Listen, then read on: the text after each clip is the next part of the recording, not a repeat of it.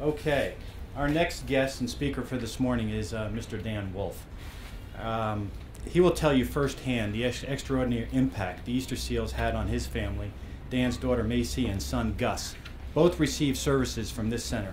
Macy is living with Angelman syndrome, a rare genetic disorder that results in significant mental and physical retardation. She could not pick herself up from a sit and had very limited locomotive capabilities. With Easter Seals intervention, Macy became able to scoot around and crawl. This spring, at the age of 5, she began to walk on her own. To share his family's incredible story, please welcome Mr. Dan Wolf.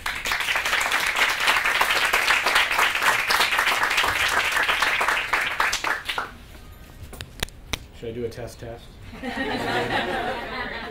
Well, I didn't know I was following Colleen, and that was very inspirational and a bit daunting. So I guess this will be the letdown of the program. There's really no up from there. My name is Dan Wolf. I am the proud father of Gus Wolf, who's about a year and a half, a little older, and Maisie Wolf. You're speaking to the microphone a little bit more? Thank you. Thanks, Andy. Maisie is 3 going on 4. She'll be 4 on January 4th. She has Angelman syndrome, which, among other things, renders her nonverbal. She's prone to seizures, and she has, as Phil said, plenty of physical and mental retardation. Will probably never have the cognitive ability above a 2-year-old. When we first had Maisie, and after my wife spent a period of months at home with her and then went back to work, we initially had her in a regular daycare, a fine place, but without any special training and no real ability to detect any problems. As first-time parents, we were probably slow to recognize anything other than what seemed like normal infant and then toddler behavior. Although, as we passed into about the 6-month mark, we started to realize, there are some issues here that we need to get addressed. We started around 6 months taking her to Children's National Medical Center for physical and occupational therapy. That was several times a week and soon followed by speech therapy. We were, of course, as first-time parents, and frankly as parents generally, when they're first cognizant of perhaps issues with their children not being completely typical, we were hesitant to accept that. When I found out about, we got the diagnosis at about 10.5 months that she had Angelman syndrome. Shortly thereafter, really within hours, we started networking with other parents of special needs children. And we found out from a mother in that network about Easter Seals.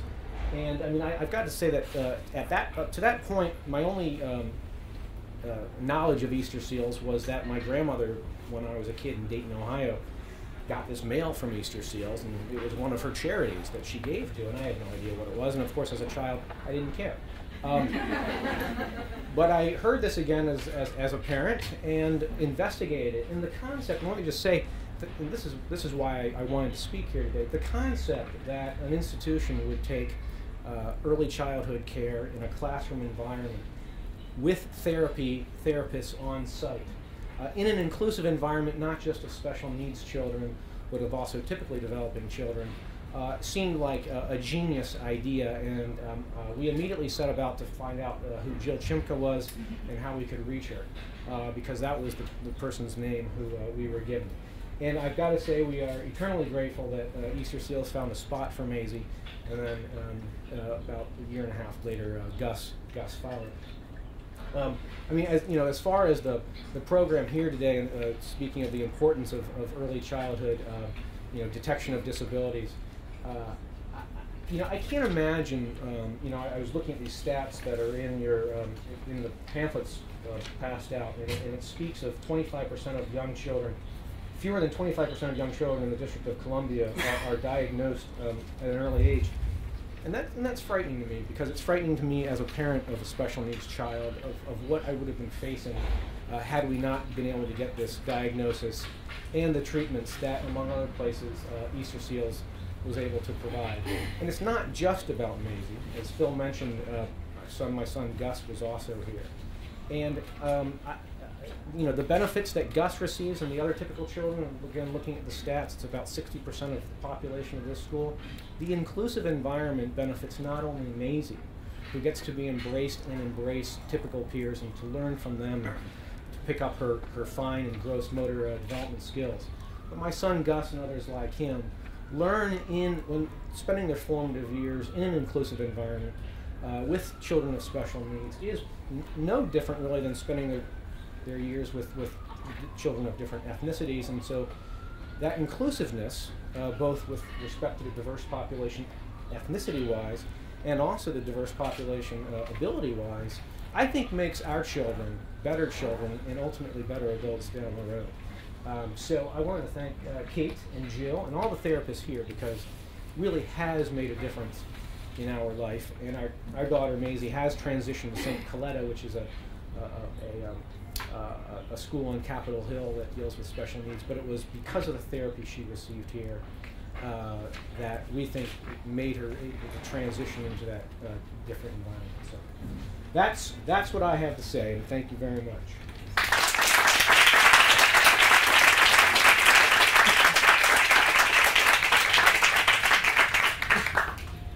You know, that's the power of inclusiveness in the community. And you know, Dan, thank you for sharing your story. We can empathize with you, we understand, and we can feel where you've been, and we appreciate sharing that with us because it's very important for us to all understand some of the trials and tribulations that you've gone through. And also, thank you for recognizing the Easter Seals location here. We are just as proud of them as you are, and there are many more of those kinds of locations around the country prepared to help other people with disabilities. So how about a round of applause to all those people providing that support.